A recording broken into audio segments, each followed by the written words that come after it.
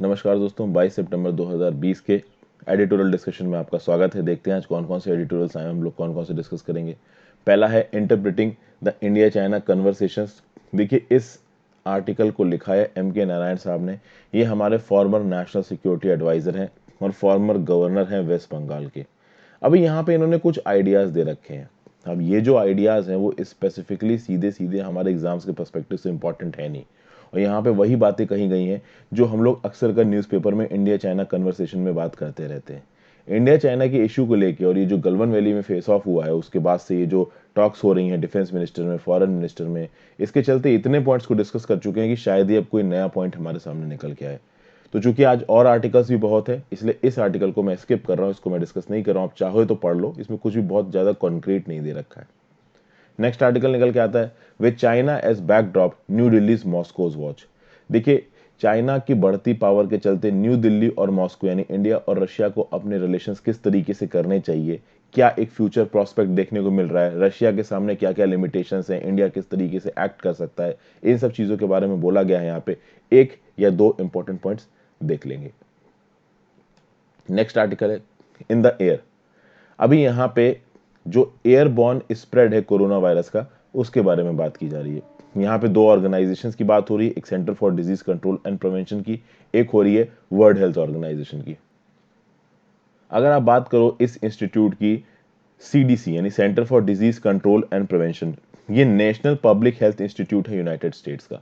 कहा जा रहा है कि डब्ल्यूएचओ से भी और इस इंस्टीट्यूट से भी ये गलती हुई है। शुरुआत में इन दोनों इंस्टीट्यूट्स ने, इस बात का इनको हल्का फुल्का इल्म था, बट इनको साइंटिफिकली प्रूवन नहीं था कि ये जो कोरोना वायरस का स्प्रेड है ये एयरबॉर्न है। तो इस कोरोना वायरस के स्प्रेड से हमको, एयरबॉर्न स्प्रेड से हमको क्या क्या नुकसान हुआ है, कैसे इस नुकसान को हमने कुछ हद तक रोका है और आगे क्या क्या किया जा सकता है, इसके बारे में इस आर्टिकल में बताया गया है। इसको देख लेंगे। फिर finally point of order.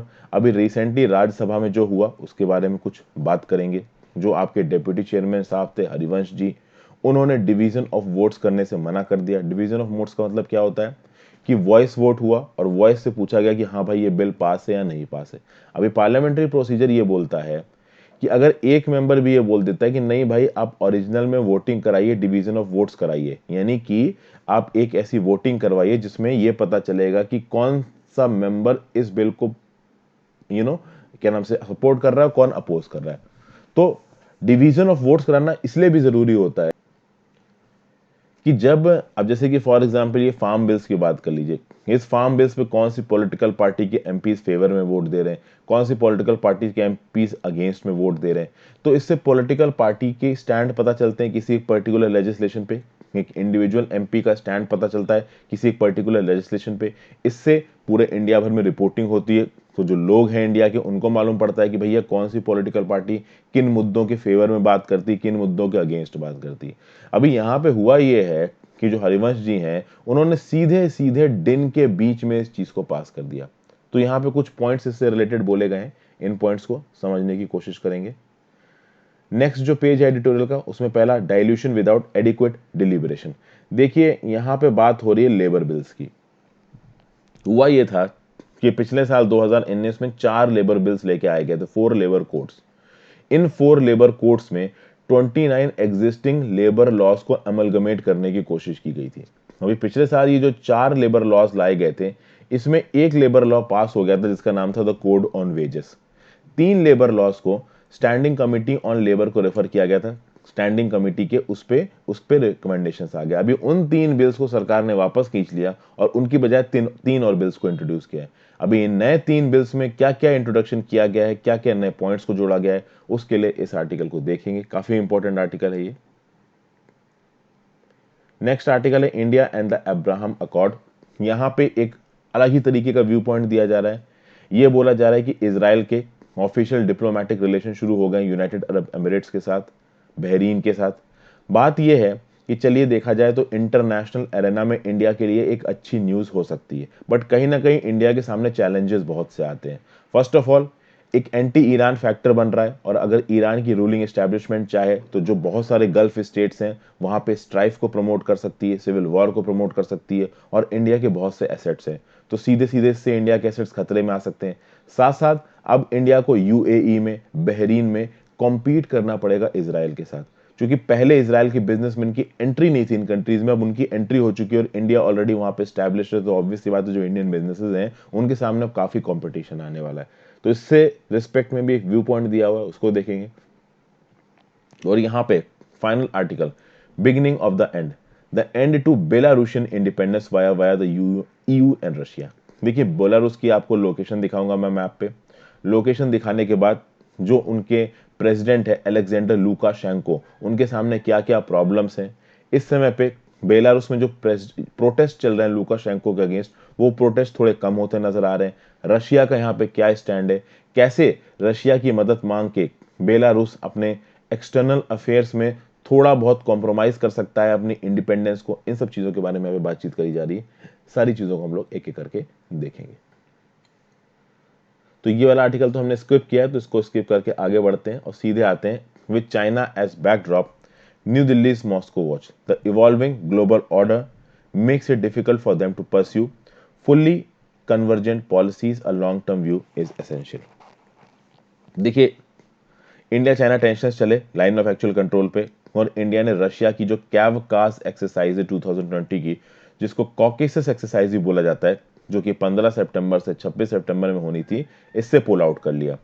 India ने रीजन क्या दिया कि भाई देखिए कोरोना वायरस का पैंडेमिक फैला है, हमारी आर्मी पर्सन आएंगे तो कोरोना वायरस फैलने का डर है, इसलिए हम इससे पुल आउट कर रहे हैं। हालांकि एक्चुअली में रीजन LAC का स्टैंड ऑफ था चाइना के साथ। तो एक तरफ इंडिया और चाइना की आर्मी भिड़ रही है, दूसरी तरफ वो दोनों एक दूसरे के साथ एक्सरसाइज करती हुई नजर आएंगी, तो ये सही नहीं होगा। फिर कहीं ना कहीं अब तीन लोग कंट्रीज की यहाँ पे बात आ रही है, रशिया इंडिया चाइना की। तो ट्राइलेटरल मीटिंग, तो फॉर एग्जांपल जून में रशिया इंडिया और चाइना के फॉरेन मिनिस्टर्स की मीटिंग हुई थी, मॉस्को में हुई थी। ऑब्वियसली बात है मॉस्को के कहने पे, रशिया के कहने पे इंडिया वहां पे बात करने गए थे। वहां पे भी कोई ऑफिशियल स्टेटमेंट इशू हुआ नहीं। और जो जून वाली मीटिंग थी वो इंपॉर्टेंट इसलिए भी हो जाती है क्योंकि उससे कुछ दिन पहले ही ये गलवन वैली वाला इंसिडेंट हुआ था, जहां पे 20 सोल्जर्स इंडिया के शहीद हो गए थे। ठीक है।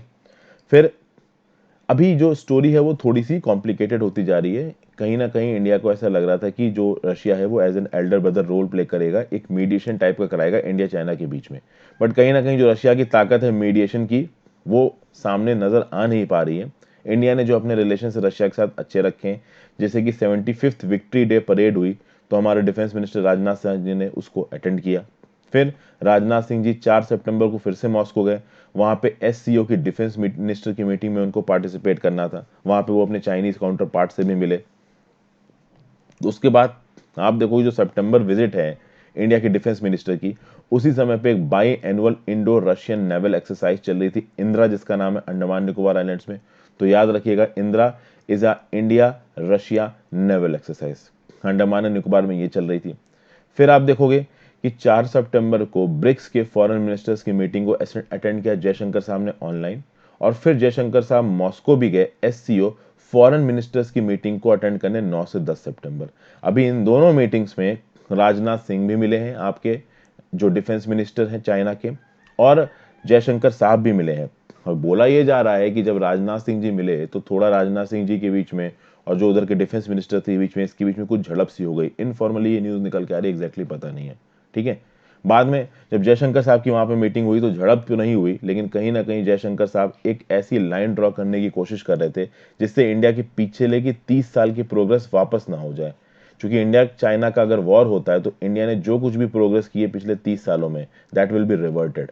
तो कहीं ना कहीं इंडिया को एक बैलेंस ढूंढना है। ठीक है। अभी ये बैलेंस कहां पे है ये किसी को भी नहीं पता है।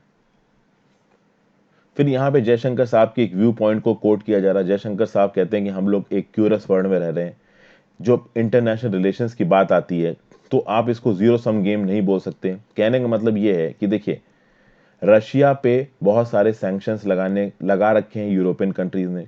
USA के जो रिलेशन है रशिया से काफी खराब है, तो रशिया के पास कोई ऑप्शन नहीं बनता है चाइना के साथ दोस्ती बनाने का। चाइना इंडिया के साथ जो कर रहा है बॉर्डर में, उसके चलते इंडिया जो क्वाड पावर्स हैं, जो यूरोपियन पावर्स हैं, जो वेस्टर्न पावर्स हैं, उसके करीब जा रहा है। तो कहीं ना कहीं जो इंडिया और रशिया के स्ट्रैटेजिक इंटरेस्ट हैं वो एक दूसरे से डिविएट कर रहे हैं।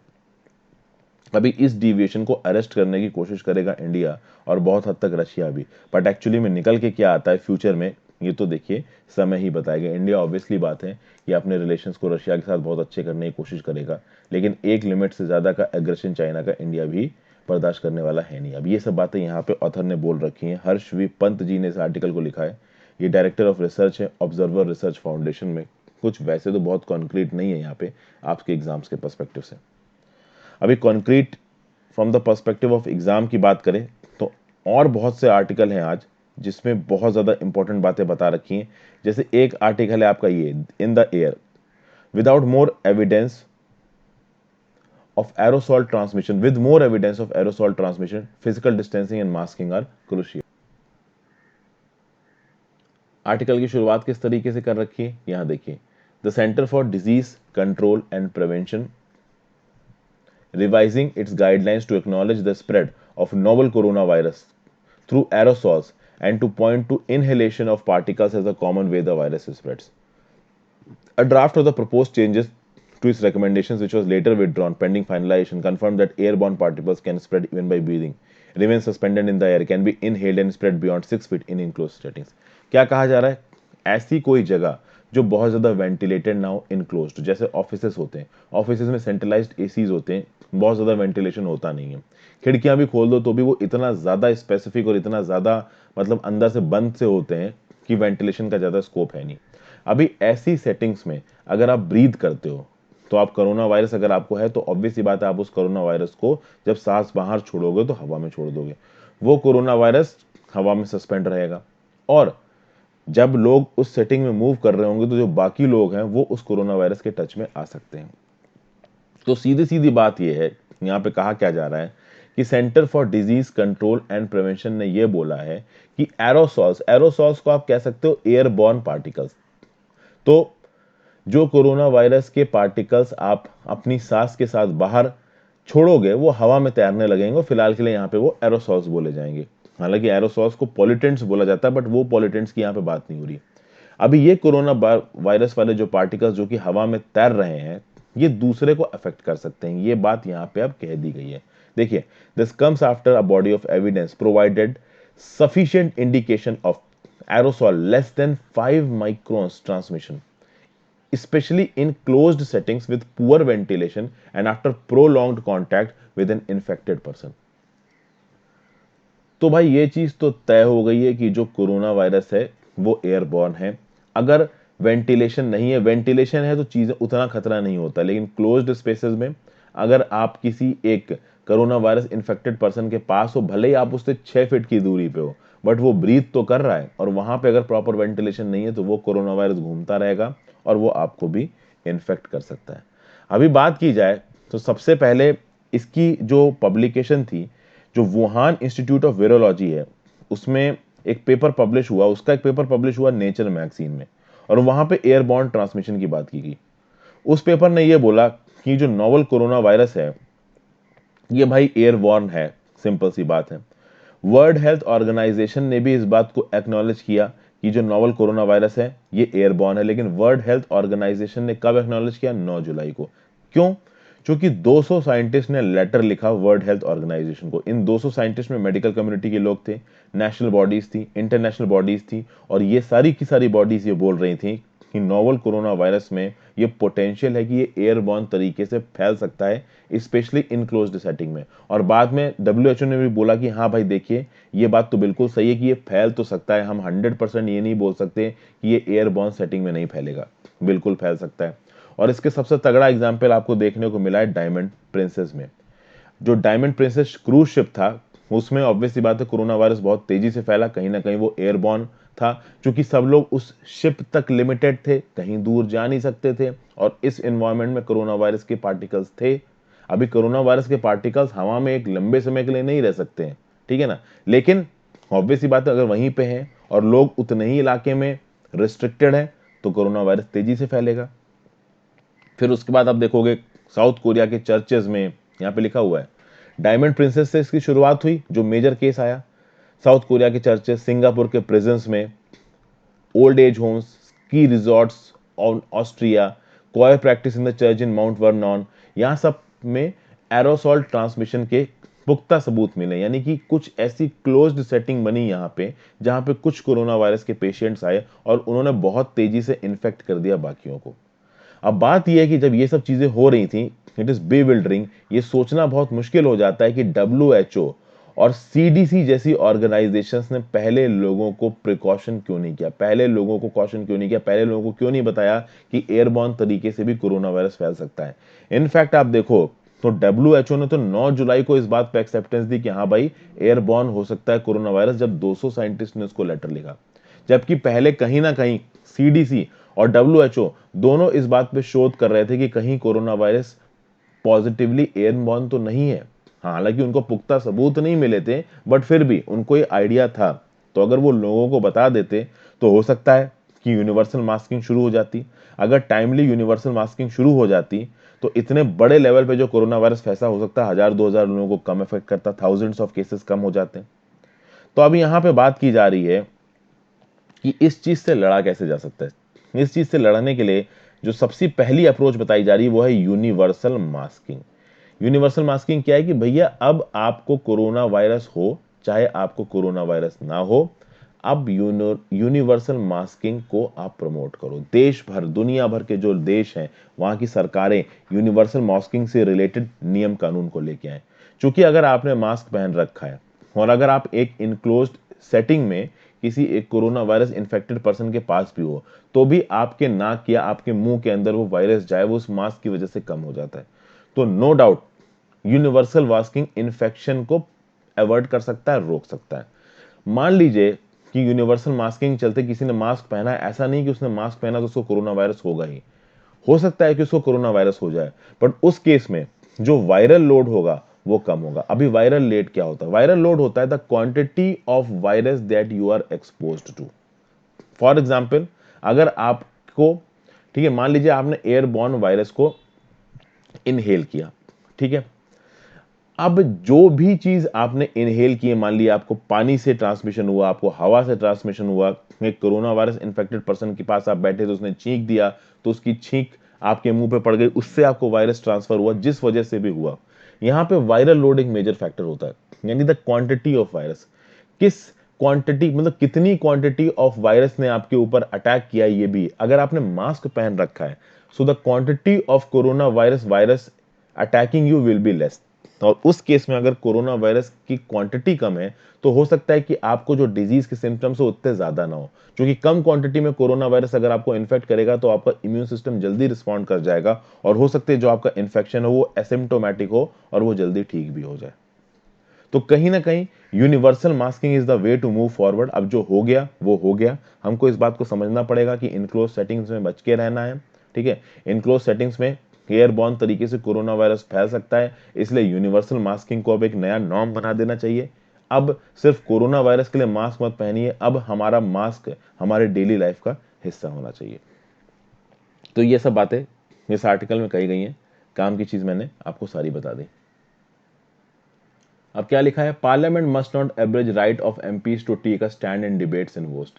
अभी राज्यसभा के डेप्यूटी चेयरमैन हरिवंश साहब ने डिवीजन ऑफ वोट्स करने से मना कर दिया दो कंट्रोवर्शियल पीसेस ऑफ लेजिस्लेशन में। इसको मैंने कल के एडिटोरियल में भी कवर किया था, तो आई होप आप रोज के एडिटोरियल को ध्यान से देख रहे हो।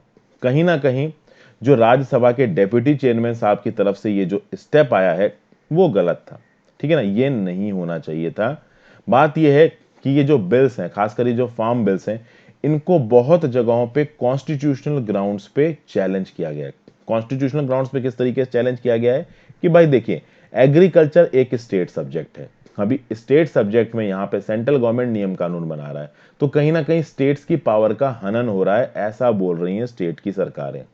अभी एक ऐसा बिल जिसमें इतनी सारी स्टेट गवर्नमेंट्स अपोज कर रही हैं, इतना सारा अपोजिशन हो रहा है पंजाब और हरियाणा जैसे स्टेट में, अगर वहां पे एमपीज डिमांड कर रहे थे कि आप डिवीजन ऑफ वोट्स कर दीजिए, मतलब कि आप वोटिंग करवा दीजिए एक एक लोग राज्यसभा के एमपी की कि कौन इस बिल को सपोर्ट करता है, कौन इस बिल को अगेंस्ट होता है, तो आपको करा देनी चाहिए।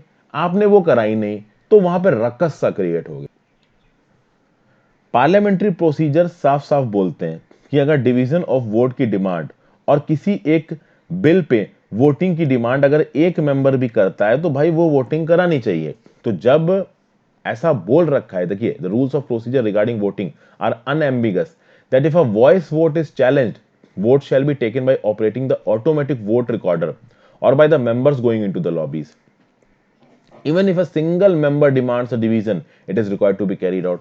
यानी वॉइस वोट से आपने बिल पास कराया और वॉइस वोट से मान लीजिए बिल पास हो भी गया और आपको पता है कि आपकी मेजॉरिटी है राज्यसभा में बिल को पास कराने के लिए, और मान लीजिए कोई पूछ रहा है कि इसके ऊपर वोटिंग करा दो, तो आप करा दो वोटिंग, क्या प्रॉब्लम है इसमें वोटिंग कराने में। लेकिन यहाँ पे वोटिंग नहीं कराई गई, ठीक है, सीधे सीधे वोटिंग कराने से मना कर दिया गया। अभी इसके चक्कर में रकस फैल गया, जो भी रकस फैला है, जो भी क्योस फैला है कि भैया फ्लोर ऑफ द हाउस पे उतर आए, माइक्रोफोन तोड़ने लगे, पेपर उछालने लगे, ये सब पार्लियामेंट की मर्यादा के अगेंस्ट है। नो डाउट ये पार्लियामेंट की मर्यादा के अगेंस्ट है, बट फिर भी आपने जो किया वो भी पार्लियामेंट्री प्रोसीजर के अगेंस्ट है, ऐसा यहां पे ऑथर बोल रहे हैं। तो उसके बाद जब इतना सारा बवाल चल रहा था उस समय पे आपने वोटिंग कराने से तो मना कर दिया, लेकिन आपने डिक्लेयर कर दिया कि बिल पास्ड एमिड द दिन। अभी यहां पे एक स्टेटमेंट लिखा हुआ है, बिल पास्ड एमिड द दिन। इसका मतलब क्या होता है? दिन का मतलब होता है शोर। तो भैया शोर गुल्ला हल्ला गुल्ला फैला है, अपोजिशन के एमपी चिल्ला रहे हैं, माइक्रोफोन तोड़ रहे हैं, पेपर उछाल रहे हैं, और इन सब के बीच में आपने क्या प्रोक्लेम किया कि ये फार्म बिल पास हो गए। अभी ये तो देखिए गलत है। जब इतना अपोजिशन हो रहा है, इतना डिसऑर्डर हो रहा है पार्लियामेंट में, तो आपको बिल पास कर देना ऐसे अपोजिशन के बीच में ये बिल्कुल भी सही नहीं है। अब यहां पे गवर्नमेंट क्या क्लेम करती है कि भैया हमारे पास मेजॉरिटी है बिल को पास कराने की। अगर सच में आपके पास मेजॉरिटी है बिल को पास कराने की तो नॉर्मल वोटिंग से पास करा दो, एकदम से वॉइस वोट से पास कराने की आपको जरूरत क्या थी। ये सब बात यहां पे बोली गई है। फिर ऑथर ये भी बोल रहा है कि जिस तरीके का केओस और रकस फैलाया गया अपर हाउस में, ये सही नहीं है। अपोजिशन के जो एमपीज ने किया, चिल्लाया, ये करने का उनको हक नहीं है। उनको तरीके से बात करनी चाहिए थी, प्रॉपर तरीके से डेकोरम के साथ बात करनी चाहिए थी। इस तरीके से चिल्लाना अपोजिशन की तरफ से भी सही नहीं है, पार्लियामेंट की मर्यादा के अगेंस्ट है। लेकिन कहीं ना कहीं ऑथर ये भी बोल रहा है कि प्रेजेंट रूलिंग गवर्नमेंट ने अलग अलग तिगड़म को भिड़ा के नियम कानूनों को पास करने की कोशिश की है। देखिए राज्यसभा में प्रेजेंट रूलिंग गवर्नमेंट की मेजॉरिटी है नहीं, पर फिर भी जो की बिल्स हैं उनको राज्यसभा से प्रेजेंट गवर्नमेंट ने निकाल दिया है। जो बिल राज्यसभा में लटक जाएंगे उनको मनी बिल बना के पास कर दिया है, और ये वाला बिल जिसके ऊपर वोटिंग होनी चाहिए थी उसको वॉइस वोट से पास कर दिया। अभी जब हरिवंश साहब ने अलाउ नहीं किया इस बिल के ऊपर वोटिंग, तो बहुत सारे लोग नो कॉन्फिडेंस मोशन का, आप कह सकते हैं, रेजोल्यूशन ले आए हरिवंश साहब के अगेंस्ट। अभी जब ये नो कॉन्फिडेंस मोशन का रेजोल्यूशन आया, नो कॉन्फिडेंस मतलब हरिवंश साहब डेप्यूटी चेयरमैन का काम कर रहे हैं, इस बात में उनको कॉन्फिडेंस नहीं है, क्योंकि डेप्यूटी चेयरमैन के तौर पे उनकी रिस्पॉन्सिबिलिटी बनती है कि पार्लियामेंट्री प्रोसीजर्स को अडॉप्ट किया जाए, जो कि कॉन्स्टिट्यूशन की मूल जो अवधारणा है उसके हिसाब से है। लेकिन हरिवंश साहब ने वो नहीं किया, इसलिए हम उनके अगेंस्ट नो कॉन्फिडेंस कर रहे हैं और इनको इनकी डेप्यूटी चेयरमैन की पद से हटाया जाए। ऐसे बहुत से अपोजिशन के एमपीज ने बोला, लेकिन वेंकैया नायडू जो कि चेयरमैन है, उन्होंने इस रेजोल्यूशन को साफ साफ इंकार कर दिया। अब अपोजिशन पार्टीज क्या बोल रही हैं? वो रामनाथ कोविंद जी को रिक्वेस्ट कर रही हैं कि ये जो दो बिल पास होके आ रहे हैं आपके पास लोकसभा से राज्यसभा पे, इन पे अप्रूवल मत दीजिएगा, ठीक है ना। एग्जीक्यूटिव लेजिस्लेचर की ताकत को छीनने की कोशिश कर रही है, और प्रेसिडेंट का एक कॉन्स्टिट्यूशनल रिस्पॉन्सिबिलिटी बनती है कि जिस चीज के ऊपर ओवरऑल लेजिस्लेचर का कॉन्फिडेंस नहीं है, आप उस पर अप्रूवल मत दीजिए। अब ये अपोजिशन के एमपीज रामनाथ कोविंद जी से डिमांड कर रहे हैं। मोस्ट प्रॉब्ली रामनाथ कोविंद जी इस बिल को अप्रूवल दे ही देंगे, वो मना करने वाले नहीं है। इस आर्टिकल का सब टाइटल देखिए, आपको आइडिया लगेगा, the end to the Belarusian independence vis the EU and the Russia could spell the end of Lukashenko. भाई बेलारूस की पहले तो आप मैप में लोकेशन देख लो। देखिए इस न्यूज को मैंने पहले कई बार कवर किया है। बेलारूस में प्रोटेस्ट चल रहे हैं किसके अगेंस्ट? अलेक्जेंडर लुकाशेंको के अगेंस्ट, जो पिछले 26 साल से बेलारूस में राज कर रहे हैं। इनको बोला जाता है the last dictator of Europe. Recently वहां पे इलेक्शंस हुए, और इलेक्शन से पहले जितने भी अपोजिशन एक्टिविस्ट थे, जैसे सर्जेई करके एक पर्सन थे जो कि एक पॉपुलर यूट्यूबर है, उनको अरेस्ट कर दिया गया। तो उनकी वाइफ इलेक्शन में खड़ी हो गई। जब उनकी वाइफ के ऊपर अरेस्ट के चार्जेस आने लगे तो वो भाग के पास के लुथियाना देश में जाके चली गई और वहां से अपने मूवमेंट को चला रही है। अब ऐसा सुनने में आ रहा है कि ये मूवमेंट थोड़ा कमजोर पड़ रहा है। अभी इसके ऊपर वापस आते हैं। ये बेलारूस के, इसकी राजधानी है मिन्स्क। नॉर्थ में लाटविया दिख रहा है, ईस्ट में आपको रशिया दिख रहा है। तो north east of Belarus and east of Belarus में आपको रशिया दिख रहा है। फिर साउथ ईस्ट ऑफ बेलारस में आपको यूक्रेन, और साउथ में यूक्रेन नजर आ रहा है। वेस्ट ऑफ बेलारस में आपको पोलैंड नजर आ रहा है और लिथुआनिया नजर आ रहा है। तो Latvia, Lithuania, Poland, Russia and Ukraine, they are the neighbours of Belarus. और अब आपको यहां पे देख के पता चल ही रहा होगा कि Belarus is a landlocked country. ये याद रखिएगा, बेलारस का कोई भी सी का एक्सेस नहीं है। So Belarus is actually a landlocked country. ठीक है। 9 अगस्त को जो बेलारस के प्रेसिडेंट है अलेक्जेंडर लुकाशेंको, वो फिर से री इलेक्ट होकर प्रेसिडेंट बन गए। अभी जब वो फिर से प्रेसिडेंट बने, मास प्रोटेस्ट फूट पड़े, क्योंकि लोगों को ये भरोसा था कि कहीं ना कहीं ये जो इलेक्शंस हुए हैं ये प्रॉपर तरीके से नहीं हुए हैं, इलेक्शन के प्रोसेस में कुछ ना कुछ झोल झपाटा हुआ है। अभी हुआ यह है कि जब इस तरीके के प्रोटेस्ट होने लगे तो कहीं ना कहीं अलेक्जेंडर लुकाशेंको को अपनी पोस्ट बचा के रखनी है। अभी अपनी पोस्ट को बचा के रखने में उनकी मदद कौन करेगा? यूरोप की जो बाकी कंट्रीज हैं वो तो ये बोल रही हैं कि डेमोक्रेसी होनी चाहिए बेलारस में, जो लोग चाहेंगे वही सरकार चुन के आएगी। तो बेलारस की आइडियोलॉजी के हिसाब से उनकी मदद कौन करेगा? तो रशिया मदद करेगा। रशिया में व्लादिमीर पुतिन है। व्लादिमीर पुतिन के अगेंस्ट भी रशिया में बहुत बार अपोजिशन हुआ है कि भाई इन्होंने अपने आप को प्रेसिडेंट फॉर लाइफ डिक्लेयर कर दिया है, ये सही नहीं है, लोगों की मान्यता होनी चाहिए, इस तरीके की बात हो रही। तो कहीं ना कहीं जो अलेक्जेंडर लुकाशेंको हैं वो अपनी ताकत को बढ़ाने के लिए किसकी मदद मांग रहे हैं? पुतिन की मदद मांग रहे हैं, और पुतिन इनकी मदद कर भी रहे हैं। ओके, तो पुतिन ने बोला कि ठीक है, हम आपकी सिक्योरिटी का ध्यान रखेंगे, ज्वाइंट मिलिट्री एक्सरसाइजेस होंगी बेलारस और रशिया के बीच में। ठीक है ना। लुकाशेंको पुतिन को एक एल्डर ब्रदर बोल चुके हैं, फ्रेंड इन नीड बोल चुके हैं, और ये बोल चुके हैं कि जो बेलारस के प्रोटेस्ट हैं वो केवल लुकाशेंको के अगेंस्ट नहीं है, उनका अल्टीमेट एम है कि वो व्लादिमीर पुतिन को उखाड़ के फेंकना चाहते हैं। तो जो ये वेव उठी है प्रोटेस्ट की, ये रशिया भी जाएगी और इससे व्लादिमीर पुतिन की कुर्सी भी हिल सकती है। इस तरीके के स्टेटमेंट्स दे रहे हैं यहाँ पे अलेक्जेंडर लुकाशेंको, चूंकि वो रशिया का पूरा सपोर्ट चाहते हैं अपनी पावर को बचाने के लिए। अभी अगर आप रशिया की बात करो, देखिए रशिया में भी डिसेंट को दबाया जाता है। उसका एक प्रोमिनेंट एग्जांपल निकल के आ रहा है नवेल्नी, अलेक्सेई नवेल्नी। अलेक्सेई नवेल्नी जो कि क्रेमलिन में जो रूल कर रहे हैं व्लादिमीर पुतिन के, ये अपोजिशन में है। आप जाके इसकी वीडियो देख सकते हैं, अलेक्सेई नवेल्नी के मेरे नाम के साथ सर्च मारिए, आपको यूट्यूब पे ये वीडियो मिल जाएगी। अब यहां पे चीजें हो कैसे रही हैं? शुरुआत में जब इनके खिलाफ प्रोटेस्ट शुरू हुए लुकाशेंको को अगेंस्ट, तो एक समय पे लुकाशेंको ने बोला कि ठीक है मैं प्रोटेस्टर्स की बात सुनूंगा और अगर नहीं सही लगा तो मैं रिजाइन कर दूंगा। बाद में लुकाशेंको ने बोला कि ठीक है मैं प्रोटेस्टर्स की बात नहीं सुनूंगा, मैं रिजाइन नहीं करूंगा। 26 साल से ऑटोक्रेट चल रहे हैं और 2004 में एक कॉन्स्टिट्यूशनल रेफरेंडम लेके आए थे अलेक्जेंडर लुकाशेंको, जिसके थ्रू इन्होंने जो अपर लिमिट्स है प्रेसिडेंशियल के टर्म पे उसको हटा दिया था। अब आप देखो कि यहां पे इस पूरे केस में रशिया का क्या स्टैंड रहा है। रशिया ने कभी प्रोएक्टिवली ओपनली बेलारस के प्रेसिडेंट को सपोर्ट नहीं किया है, रशिया शांत रहा है। ठीक है ना। लेकिन रिसेंटली अब एक फिनोमिना देखने को मिल रहा है कि जो बेलारूस में जो प्रोटेस्टर्स है ना वो थोड़े शांत पड़ रहे हैं।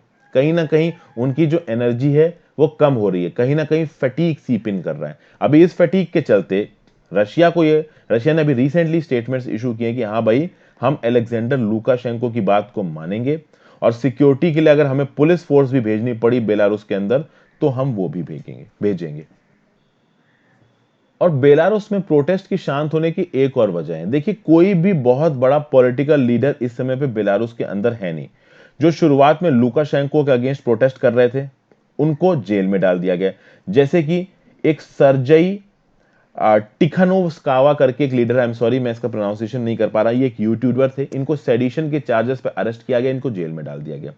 इनकी वाइफ स्वेतलाना टिखानोव्स्काया, ये जब इलेक्शन में खड़ी हुई तो जब इनको खतरा आया तो ये लिथुआनिया भाग गई। अभी अगर आपको किसी एक मूवमेंट को लीड करना है तो आप लिथुआनिया में रह के लीड नहीं कर सकते, आपको बेलारूस में रहना पड़ेगा। महात्मा गांधी जी ब्रिटेन की सरकार के अगेंस्ट लड़ रहे थे, तो उस समय पर महात्मा गांधी जी ब्रिटेन की सरकार से डर के चाइना भाग जाते और चाइना से अपने मूवमेंट को लीड करते, तो क्या महात्मा गांधी होते? नहीं होते। तो ऑब्वियस ही बात है, अगर आपको अपनी कंट्री के लोगों का भरोसा जीतना है, उनको मोबिलाइज करना है, उनको प्रोटेस्ट करने के लिए बोलना है, तो आपको उनको बीच में रहना पड़ेगा। अभी स्वतलाना जी लिथुआनिया भाग गई हैं। अभी के लिए देखा जाए तो जो अपोजिशन है बेलारूस की रूलिंग पार्टी का, उसमें एक ही पर्सन है जो बेलारूस में है, वो है 2015 के नोबेल लॉरिएट स्वेतलाना एलेक्सेइविच। अब ये स्वतलाना अलेक्सेइविच है, ये प्रॉपर पॉलिटिशियन नहीं है, तो प्रॉपर मासेस को लीड करने वाला काम ये नहीं कर पा रहे हैं। ठीक है, तो कुल मिला के बेलारूस में जो अपोजिशन हो रहा है, जो प्रोटेस्ट हो रहे हैं, उस प्रोटेस्ट को सीधी सीधी कोई लीडरशिप नहीं मिल रही है। और इस तरीके के प्रोटेस्ट को सक्सेसफुल बनाने के लिए एक कैरिज्मेटिक लीडर होना चाहिए। आप देश के बाहर रह के किसी भी मूवमेंट को लीड नहीं कर सकते। तो ऑब्वियस सी बात है, यहाँ पे जो बेलारूस की रूलिंग एस्टैब्लिशमेंट है वो फायदे में है, और कहीं ना कहीं रशिया फायदे में। अभी रशिया फायदे में कैसे है दोस्तों? रशिया फायदे में ऐसे है कि रशिया बेकार में या बिना वजह किसी की मदद नहीं करेगा। इंटरनेशनल रिलेशन में केवल इंटरेस्ट मैटर करते हैं।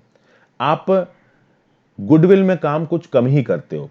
तो आप देखो कि रशिया और बेलारूस में जो अभी रिसेंटली ट्रीटी हो रही है, कि जो जिसके तहत रशिया कह रहा है कि हम भाई बेलारूस को सपोर्ट करेंगे, चांसेस ये है कि जो 1997 की ट्रीटी थी, जिसमें रशिया और बेलारूस का एक लीगल और इमिग्रेशन पॉलिसी थी, one legal and immigration policy, वो शायद फिर से चालू कर दी जाए। अब ऑब्वियस सी बात है, जो बेलारूस के प्रेसिडेंट है अलेक्जेंडर लुकाशेंको, वो आउट ऑफ द टर्न जाके रशिया की हेल्प मांग रहे हैं। अभी रशिया के आउट ऑफ द टर्न जाके अगर बेलारूस की हेल्प करता है, तो कहीं ना कहीं कुछ रिटर्न में तो रशिया लेगा ही।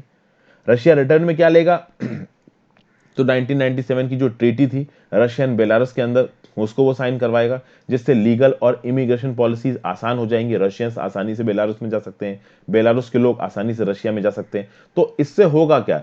इससे जो कल्चरल कनेक्ट है रशिया के लोगों का बेलारूस को लोगों का, वो कल्चरल कनेक्ट बन जाएगा। तो कल की डेट में आने वाले 5-6 सालों में रशिया चाहे तो सीधे सीधे बेलारूस को अपने अंदर एनेक्स कर भी सकता है, जैसे उसने क्रीमियन पेनिनसुला को किया था। प्लस एक और बात है दोस्तों, बेलारूस आप कह सकते हो एक ऐसे जंक्शन पे है जो यूरोप को रशिया से जोड़ता है। अगर आप बेलारूस के वेस्ट में आते हो तो आपको पोलैंड, स्लोवाकिया, हंगरी, यूक्रेन जैसी कंट्रीज मिलेंगी। अभी यूक्रेन को हटा दो तो पोलैंड तो सीधे सीधे यूरोप में आ गया। तो यूरोप और रशिया के जंक्शन पे आता है बेलारूस। कहीं ना कहीं पिछले कुछ सालों में यह देखने को मिल रहा था कि जो बेलारूस के रूलिंग प्रेसिडेंट है अलेक्जेंडर लुकाशेंको, वो थोड़ा बहुत प्रो यूरोप हो रहे थे। थोड़ा बहुत वो रशिया के अगेंस्ट जाके यूरोपियन कंपनीज के साथ, यूरोपियन लीडर्स के साथ बैठ के बातचीत कर रहे थे। अभी ये जो इवेंट हुआ है, यहाँ पे अलेक्जेंडर लुकाशेंको ने अपनी कुर्सी को बचाने के लिए रशिया की मदद ली है। तो कहीं ना कहीं अब बेलारूस की इंटरनल पॉलिटिक्स में, डोमेस्टिक पॉलिटिक्स में जो रशिया का इन्फ्लुएंस है वो बहुत ज्यादा होने वाला है, और जो भी यूरोपियन इन्फ्लुएंस अब तक हुआ था वो बहुत हद तक कम हो जाएगा। ठीक है, आगे चलते हैं अगले आर्टिकल की तरफ। India and the Abraham accords. Israeli foray into the Gulf could disrupt the politico-economic architecture India has built with the GCC। अभी देखिए दोस्तों, व्हाइट हाउस में सेरेमनी हुई 15 सितंबर को, और यहां पे एक फॉर्मल डिक्लेरेशन साइन किया गया, जहां पे बोला गया कि इजराइल के जो रिलेशंस है वो यूएई के साथ नॉर्मलाइज हो रहे हैं और किंगडम ऑफ बहरीन के साथ नॉर्मलाइज हो रहे हैं। अभी बात दोस्तों ये है कि गल्फ वाला जो इलाका है, इसको देखना यहाँ पे बहुत जरूरी है। इस मैप में आपको ये गल्फ का इलाका नजर आ रहा है। वैसे तो मैंने इस मैप को पहले बहुत बार आपको दिखाया, बट फिर से दिखा रहा हूँ। यूनाइटेड अरब एमिरेट्स आपको नजर आ रहा है, जहां पे दुबई, अबू धाबी जैसी कंट्रीज हैं। यहाँ पे अभी आईपीएल भी हो रहा है। यूएई आपका एक बहुत बड़ी बाउंड्री शेयर करता है ओमान के साथ, सऊदी अरेबिया के साथ। अभी सऊदी अरेबिया के साथ एक और कंट्री आपको नजर आ रही, कतर। और कतर के ऊपर आप जाओगे तो छोटा सा आपको आइलैंड दिखेगा बहरीन का। तो बहरीन और यूएई ने मिलके रिलेशंस को फॉर्मलाइज किया है इजराइल के साथ। यहां पे आपको इजराइल भी नजर आ रहा है ऊपर की तरफ। ये जो पूरा Saudi Arabia, Yemen, Oman, UAE, Qatar, Bahrain, ये जो इलाका है ना, इसको गल्फ का इलाका भी बोला जाता है। ओके, अब यहां पे पूरी पूरी बातचीत यही है। अगर आप इजराइल की बात करो तो Israel already peace treaty sign कर चुका है इजिप्ट के साथ, जॉर्डन के साथ। इजिप्ट के साथ 1979 में, जॉर्डन के साथ 1994 में। ये इंफॉर्मेशन बहुत बार पहले मैं दे चुका हूं, मैं इतनी बार बता रहा हूं कि आपको रट जानी चाहिए, ताकि आप एग्जाम्स में कोट कर सको, लिख सको किसी भी सब्जेक्टिव पेपर में। अब इजिप्ट और जॉर्डन के साथ जो पीस ट्रीटी साइन हुई थी, वो साइन करना मजबूरी थी, क्योंकि इजिप्ट और जॉर्डन के साथ इजराइल ने जंगें लड़ी हैं। लेकिन यूएई और बहरीन के साथ किसी भी तरीके की जंग नहीं है इजराइल की, ना ही किसी तरीके का टेरिटोरियल डिस्प्यूट है।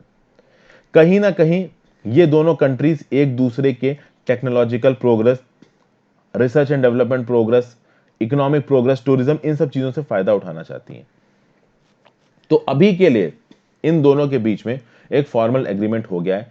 पहले एक फॉर्मल एग्रीमेंट नहीं हुआ था, उसकी एक वजह थी, वो था पैलेस्टीनियन कॉस्ट। कहीं ना कहीं जितने भी गल्फ स्टेट्स थे वो इजराइल से बोल रहे थे कि पैलेस्टीन की धरती को आप छेड़ दो, पैलेस्टीनियन कॉज को प्रमोट करो। इजराइल वो करने वाला था नहीं। फाइनली इन सबको ये लग रहा है कि अब कुछ होने वाला है नहीं, तो इनके साथ दोस्ती कर ही लेते हैं। तो इजराइल की दोस्ती हो गई है अब किसके साथ? यूएई के साथ, बहरीन के साथ। ऑफिशियल रिलेशन इन दोनों के बीच में अब शुरू हो चुके हैं। और कहीं ना कहीं एक फिलॉसफी जिसको बोला जाता है पैक्स अमेरिकाना फिलॉसफी, ये गल्फ के रीजन में प्रमोट हो रही है। आप बोलोगे ये पैक्स अमेरिकाना फिलॉसफी क्या होती है? पैक्स अमेरिकाना फिलॉसफी ये होती है दोस्तों कि एक बहुत बड़े इलाके में जहां यूएसए सबसे स्ट्रांग पावर है और सारे के सारे यूएस के अलाउज हैं, वहां पे बहुत लंबे समय के लिए शांति लाई जाएगी, डेवलपमेंट लाई जाएगी, प्रोग्रेस लाई जाएगी। इसको बोला जाता है पैक्स अमेरिकाना। यानी अमेरिका किसी रीजन में ताकतवर रह के और उस रीजन की कंट्रीज अमेरिका के साथ अच्छे रिश्ते बना के उस रीजन में पीस लेके आ सकती है। इस फिलॉसफी को बोला जाता है पैक्स अमेरिकाना। कहीं ना कहीं ये जो गल्फ का इलाका है, जहां पे Saudi Arabia, UAE, Qatar, Bahrain जैसी कंट्रीज हैं, वहां पे इस पैक्स अमेरिकाना के सिद्धांत को एस्टैब्लिश किया जा रहा है। और कहीं ना कहीं इसको किसके अगेंस्ट एम किया जा रहा है? ऑब्वियस सी बात है, ईरान के अगेंस्ट इसको एम किया जा रहा है। कि इसके फायदे भी हैं। देखिए, बात है कि दोनों के बीच में कोविड-19 के पैंडेमिक को लेके जो हेल्थ एंड रिसर्च का जो डेवलपमेंट है वो भी बढ़ेगा। फिर बहुत से और फील्ड्स हैं दोस्तों, टेक्नोलॉजी का फील्ड है, आपका हेल्थ का फील्ड है, फार्मास्यूटिकल का फील्ड है, टूरिज्म का फील्ड है। इन सब में जो अरब कंट्रीज हैं वो धीरे धीरे अब इसराइल के साथ जुड़ती हुई नजर आ रही है। तो अभी के लिए यूएई और बहरीन ने इस एग्रीमेंट को साइन किया हुआ है। बहुत आश्चर्य नहीं है कि आगे आने वाले समय में कुछ और अरब कंट्रीज इस एग्रीमेंट को साइन करें। अभी इंडिया के लिए यहां से क्या निकल के आता है? जब इजिप्ट और जॉर्डन ने पीस एग्रीमेंट साइन किया था इसराइल के साथ ऑलरेडी बहुत अच्छी है रिलेशनशिप है इंडिया की। इजिप्ट और जॉर्डन इंडिया के लिए स्ट्रेटेजिकली उतने इंपॉर्टेंट नहीं है, क्योंकि इंडिया का जो सोशियो इकोनॉमिक एंगेजमेंट है वो इजिप्ट जॉर्डन के साथ उतना अच्छा नहीं है। बट गल्फ के साथ इंडिया का जो सोशियो इकोनॉमिक एंगेजमेंट है वो बहुत ज्यादा अच्छा है। आप देखोगे एक बहुत बड़ा इंडियन डायस्पोरा, लगभग 8 मिलियन इंडियन गल्फ कंट्रीज में काम करते हैं। सालाना वो $50 बिलियन इंडिया में भेजते हैं। $150 बिलियन का मर्चेंडाइज ट्रेड है इंडिया और गल्फ कंट्रीज के बीच में। इंडिया बहुत सारे हाइड्रोकार्बन इंपोर्ट्स मंगवाता है इन गल्फ कंट्रीज से इंडिया में। बहुत सारी इन्वेस्टमेंट आती है गल्फ कंट्रीज से इंडिया में। ये सारी डायनेमिक्स इसराइल की एंट्री से बदल सकती है। इसलिए नहीं क्योंकि इसराइल इंडिया का दुश्मन है या एनीथिंग लाइक दैट, इसलिए क्योंकि अब कंपटीशन बढ़ेगा। और कुछ और फैसेट्स हैं। फैसेट्स क्या है? देखिए, बात यह है कि जो ये इजराइल और गल्फ कॉपरेशन ये जो गल्फ कॉपरेशन काउंसिल है, इसके बीच में जो अब ये धीरे धीरे दोस्ती बढ़ती शुरू आएगी, कहीं ना कहीं इस दोस्ती ने पैलेस्टीनियन कॉज को साइड कर दिया।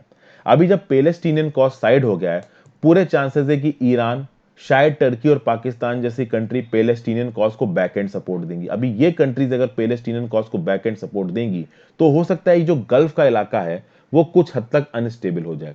खासकर जो साउदर्न गल्फ का इलाका है, जिसमें आपको ओमान, यमन और कुछ हद तक सऊदी अरेबिया भी नजर आ रहा है, तो हो सकता है यहां पे एक सिविल वॉर, स्ट्राइफ, कुछ लड़ाई सी छिड़ जाए बाकी प्लेयर्स के कहने पे। अभी इन जगहों पे ओमान और यमन जैसी कंट्रीज में इंडिया के बहुत से एसेट्स हैं। तो इन जिहादी वॉर के चलते और ये जो गल्फ का इजराइल के साथ रिलेशन अच्छे हो रहे हैं और ओवरऑल जो गल्फ का रीजन है वो बटा सा नजर आ रहा है। एक तरफ ईरान है, दूसरी तरफ सऊदी अरेबिया उसके एलाइज हैं। इसके चलते अगर वहां पे जिहादी वॉर्स छिड़ते हैं तो कहीं ना कहीं इंडिया के एसेट्स खतरे में आ जाएंगे। एक पॉइंट यहां पे ये निकलता है। दूसरा, इसका एक बहुत बड़ा इकोनॉमिक फॉलआउट है। इकोनॉमिक फॉलआउट क्या है? इजराइल और जीसीसी की सिनर्जी का। देखिए, दोनों के बीच में डिफेंस कॉपरेशन बढ़ेगा, सिक्योरिटी कॉपरेशन बढ़ेगा। दोनों लोग एक दूसरे की इकोनॉमिक ताकतों को उठा के फुल पोटेंशियल से ग्रो करने की कोशिश करेंगी। यूएई और बहरीन अब एंट्रोपॉड्स बन सकती हैं Israeli exports of goods and services का। एंट्रोपॉड का मतलब क्या होता है? एंट्रोपॉड मतलब दोस्तों एक ऐसी सिटी, एक ऐसा पोर्ट जहां पे पहले गुड्स को लेके जाया जाए और फिर उस जगह से उन गुड्स को दूसरी जगहों पे एक्सपोर्ट किया जाए, डिस्ट्रीब्यूट किया जाए।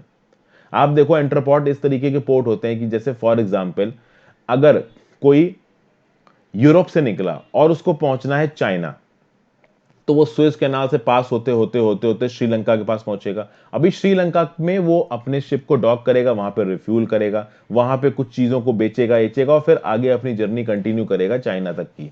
ठीक है। अब बात यह है कि एंट्रोपोर्ट वो पोर्ट्स होते हैं, वो सिटीज होते हैं जहां पे एक्सपोर्ट का सामान लेके आया जाता है और वहां से उसका डिस्ट्रीब्यूशन होता है।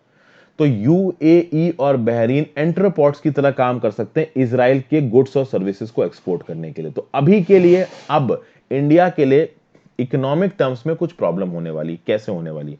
पहले यूएई से, बहरीन से बहुत सारी इन्वेस्टमेंट इंडिया में आती थी अलग अलग फील्ड में। अब पूरे चांसेस है कि हो सकता है वो इन्वेस्टमेंट इजराइल में जाए, क्योंकि इजराइल बहुत सारे निचेज में स्ट्रांग है। वो डिफेंस में स्ट्रांग है, सिक्योरिटी में स्ट्रांग है, सर्वेलेंस इक्विपमेंट में स्ट्रांग है, arid farming, solar power, hi-tech horticulture products, gems and jewelleries, pharmaceuticals, इन सब चीजों में इजराइल बहुत स्ट्रांग है। तो ऑब्वियस सी बात है, इन सब चीजों की फील्ड की जो इन्वेस्टमेंट पहले इंडिया में आ रही थी, हो सकता है कि वो अब इजराइल में जाने लगे। फिर real estate, financial services, tourism, ये पैंडेमिक की वजह से नाराज हुआ है, बट आगे आने वाले समय में इसमें भी इंक्रीज होगा, पीयर टू पीयर इंटरेक्शन होगा। तो अब इंडिया को एक बड़ा चैलेंज देखने को मिल सकता है इजराइल की तरफ से। फिर इंडिया की एक और बहुत बड़ी चीज है ह्यूमन रिसोर्स। इंडिया बहुत सारे स्किल्ड और सेमी स्किल्ड मैन पावर्स को गल्फ कंट्रीज में काम करने के लिए भेजता है। ये काम इजराइल भी कर सकता है। इजराइल भी स्किल्ड और सेमी स्किल्ड मैन पावर को प्रोवाइड कर सकता है जीसीसी स्टेट्स को, खासकर उनकी जो सफारदिम और मिजराहम एथनिसिटीज हैं जो कि अरबिक भी बोलती हैं, वो लोग जाके गल्फ कंट्रीज में काम कर सकती हैं। इजरायली अरब्स को गल्फ कंट्रीज में काम करने को मिल सकता है। इजराइल एक स्टार्टअप का नेशन माना जाता है, तो इन स्टार्टअप्स में यूएई और बहरीन जैसी कंट्रीज का इन्वेस्टमेंट हो सकता है। तो कहीं ना कहीं जो इकोनॉमिक आउटफॉल नजर आ रहा है इन चीजों का, वो इंडिया के लिए बहुत बड़ा हो सकता है। फिर Israel foray into the Gulf has the potential to disrupt the existing politico-economic architecture India has carefully built with the GCC states। सही बात तो यह है कि जीसीसी में इंडिया के बहुत से एसेट्स हैं। जीसीसी की इकोनॉमी में इंडिया बहुत हद तक अंदर घुस सकता है, लेकिन अब इस चीज को, हालांकि इस चीज को हटाना इजराइल के लिए आसान नहीं होगा, बट अब इजरायली बिजनेसमैन की तरफ से कंपटीशन आएगा और कहीं ना कहीं इजराइल अपनी टेक्नोलॉजिकल प्रोग्रेस के बेसिस पे इंडियंस को थोड़ा सा पीछे यहां पे कर सकता है। इंडिया ऑलरेडी एक लार्ज और रिवार्डिंग रीजनल फुटप्रिंट बना चुका है गल्फ स्टेट्स में, मैन पावर की फील्ड में, फूड प्रोडक्ट्स की फील्ड में, pharmaceuticals, James and jewellery, light engineering operations. Indian सबसे बड़े स्टेक होल्डर्स हैं दुबई के रियल एस्टेट में, टूरिज्म में, फ्री इकोनॉमिक जोन में। But despite of all of these facts, एक बड़ा कंपटीशन इजराइल से देखने को हमें बहुत जल्द मिलने वाला है। ये पॉइंट यहाँ पे बताए जा रहे हैं। फिर लेबर बिल्स की बात हो रही है। अभी लेबर बिल्स को इस वीडियो में डिस्कस नहीं करूंगा दोस्तों, अलग से एक वीडियो बना देता हूं, ऑलरेडी वीडियो लंबी हो चुकी है। Thank you for watching. आपको आज ही ये लेबर बिल्स वाली वीडियो भी मिल जाएगी। Have a great day.